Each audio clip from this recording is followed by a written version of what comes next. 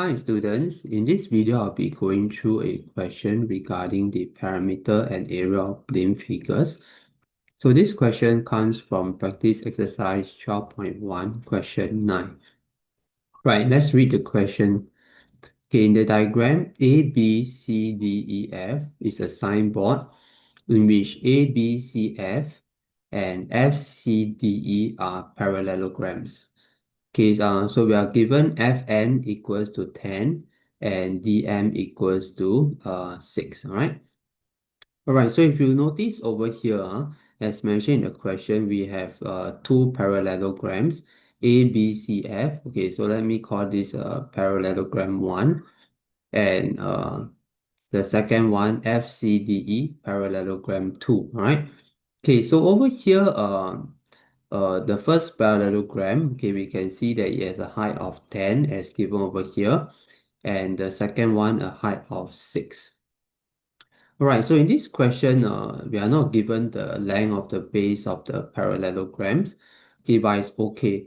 If we are not given the length, we can always use a letter to represent the length. Okay, so since the formula for the area of parallelogram is base times height, right? Okay, we can let the length AB, the base, right, to be maybe B, right? Okay, and because it's a parallelogram, the length of FC will be the same as the length of AB, right? So FC will also be B, all right? Okay, the same thing for ED, okay, will also be B, all right? Okay, so AB, FC, and ED, we let it be B, right? Okay, so now in part A, we're asked to find the ratio of the area of ABCF, okay, parallelogram 1 to that of FCDE, parallelogram 2, right? Okay, so in order to find the ratio, we need to find the individual areas first, right? So let's go ahead and do that. So area of ABCF,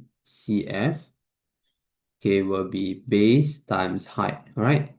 Okay, so the base AB, we let it be B, right? And the height is 10. Right, so remember area of parallelogram is base times perpendicular height, right? So in this case, the base is, we let it be B, and the perpendicular height is 10, right? Okay, so B times 10 will be 10B. Okay, so the area of parallelogram ABCF is 10B, all right? Okay, cm square. Okay, now let's find the area of parallelogram FCDE.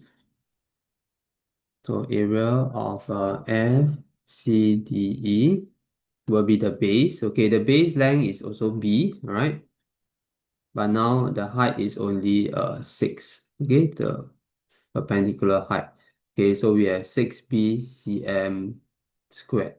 Okay, so you can see from this example, although we are not given the exact length of the base, right, we can always represent it with a letter. Okay, in this case, we use B. All right. Okay, then now what they want us to do is find ABCF.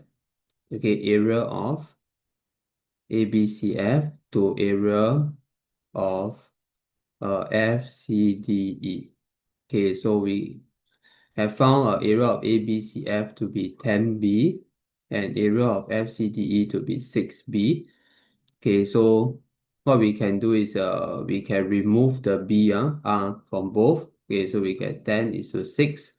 Then after that, we write the answer in the simplest form, 10 is to 6. So divide by 2 on both sides. So we get 5 is to 3. Okay, so the answer will be 5 is to 3. Okay, okay, let's look at part B. Okay, B part 1, if the area of the signboard is 320 cm square, find the area of ABCF. Alright, so this entire thing, this arrow shaped thing is the whole signboard. Okay, and we have found that the ratio of areas is 5 is to 3, right? So that means total is 8 units, right? So 5 unit plus 3 unit will give us the total area of the whole signboard. Okay, so it's going to be equals to 320 cm square as given by the question. So 8 unit equals to 320 cm square. So 1 unit is equals to 40 cm square. Alright.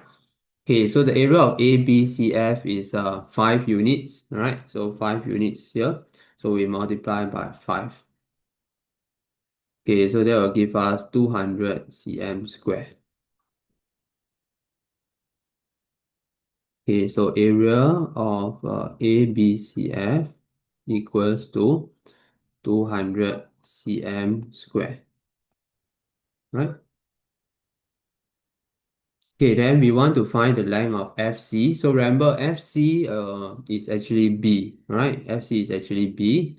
Okay, the area of ABCF, remember just now we found in part 1 is actually 10B.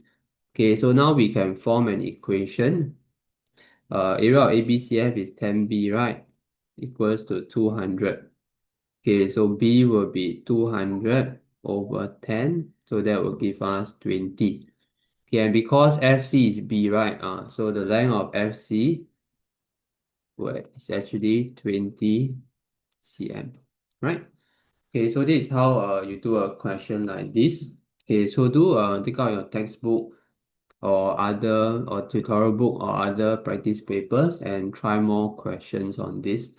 And once you are familiar with it, you should be able to be more confident when doing questions on this. All right. Okay, so I'll see you in the next video.